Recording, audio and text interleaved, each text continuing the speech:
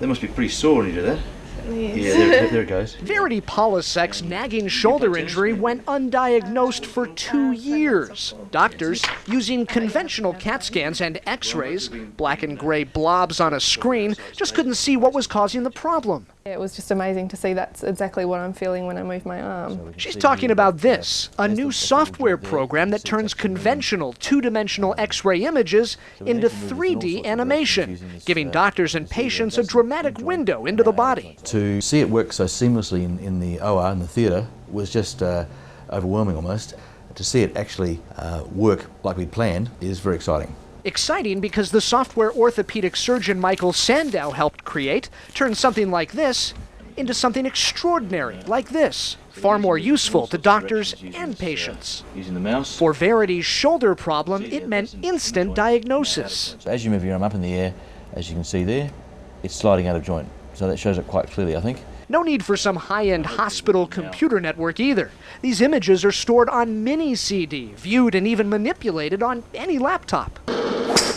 The technology actually has its roots in video game software developed here at True Life Creations in Adelaide. Lets doctors do in seconds and minutes what used to take hours. I thought I was going to be a rock and roll star, and here I am making medical software. Sam Pappas and his colleague Michael Kirillidis used their expertise in commercial 3D animation to turn Dr. Sandow's concepts into a simple-to-use and simple-to-understand software program. It's a big shift from a company steeped in fun and games. It's not presenting to someone something that they think they need. It's actually delivering something that they do need. Invariably, products don't actually help people in any way. This one does. People like Verity Polisek, well, she's thankful the future of medicine is able to help her right here, right now. That's great.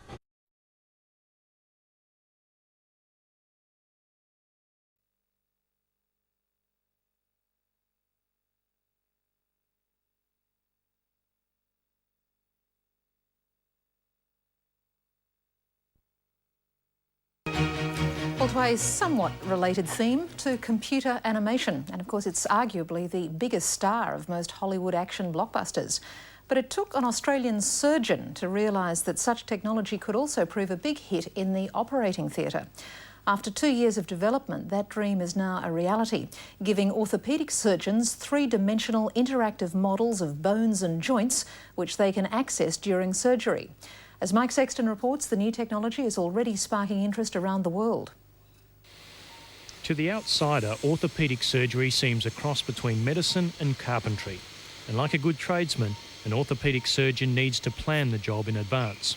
Pre-planning is a large part of a lot of surgery. If you know what you're up against, you can deal with a great range of very complex issues if you can make preparation for it. So come across some particular injury or finding that you weren't expecting can tend to compromise the outcome. The most common preparation is a CT or CAT scan, in which a series of x-rays allow the doctor to see a detailed cross-section of the patient's body. Okay, so we're going to actually move you into the machine now. So basically all you need to do is hold really, really still for us. Blake Leslie is having his elbow scanned in preparation for major surgery.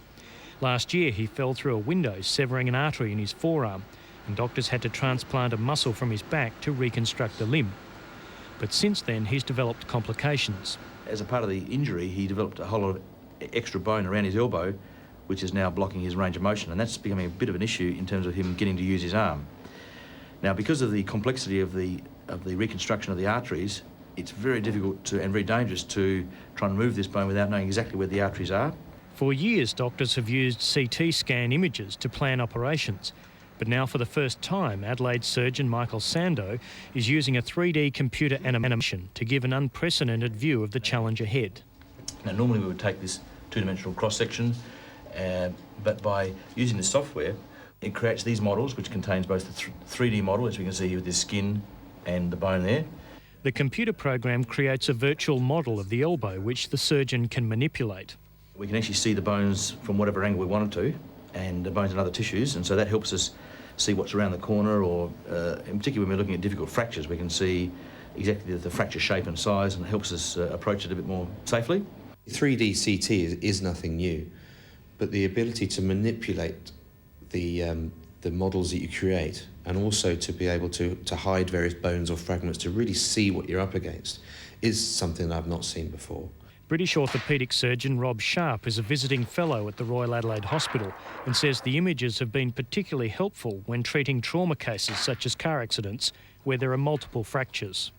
Because you can isolate different fragments and also different bones using the program, on the computer screen you can say hide one of the bones, so you can really just see inside the fracture.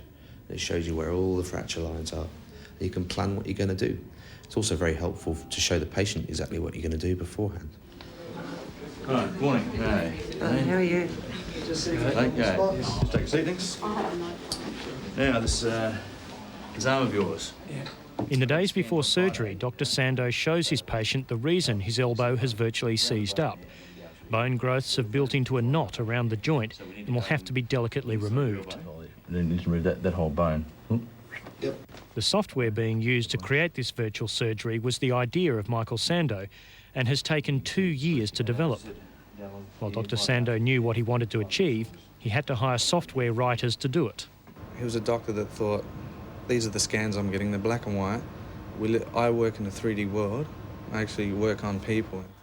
Michael Karilidis runs a business that specialises in 3D imagery, such as this virtual tour of a coach that was created for a company in Singapore. Going from buses to bones wasn't easy. For example, it took them almost a week just to understand how to read CAT scan data. Eventually, they applied standard Hollywood techniques. Initially, brought in 2D images of scans and we animated them. We brought them from one edge to another, so it was still in the 2D world, but we grouped 2 or 3 of them together and created a film strip, which is what animation is. So we did that, so it actually looked like it was a 3D model moving. From that, he gained data that he had never seen before. So this is obviously what our challenge is, to remove this fragment of bone here without damaging the vessels. Having pre-planned the operation on his office PC, Dr Sando brings a laptop into the surgery, along with a sterile mouse, so he can make cross-references to the model while operating. It's doing well, actually. In fact, we've been able to predict where the vessels are, which would have been a little challenging. I just nicked one little side branch, had a little bit of bleeding there for a while, but that we've controlled that fine. The software has been quite helpful in actually predicting in 3D where the fragments are, and if nothing else, we can see where the little branch to the flap is in real time. After more than 3 hours of surgery, the bone growths were successfully removed and the arteries and veins left intact. 2 days later, Blake Leslie returned home to Alice Springs with dramatically increased movement in his elbow. For Dr Sando, it's further confirmation that the world of computer animation can play a significant role in medicine. It's really quite exciting. It certainly has changed a lot of the things that I look at, and my understanding of some of the movement disorders, some of the injuries we're seeing, have really been quite significant. I think I've seen everything now. A mouse allowed into surgery. And that report was from Mike Sexton, which takes us out for tonight. We'll be back, of course, at the same time tomorrow, but for now, good night.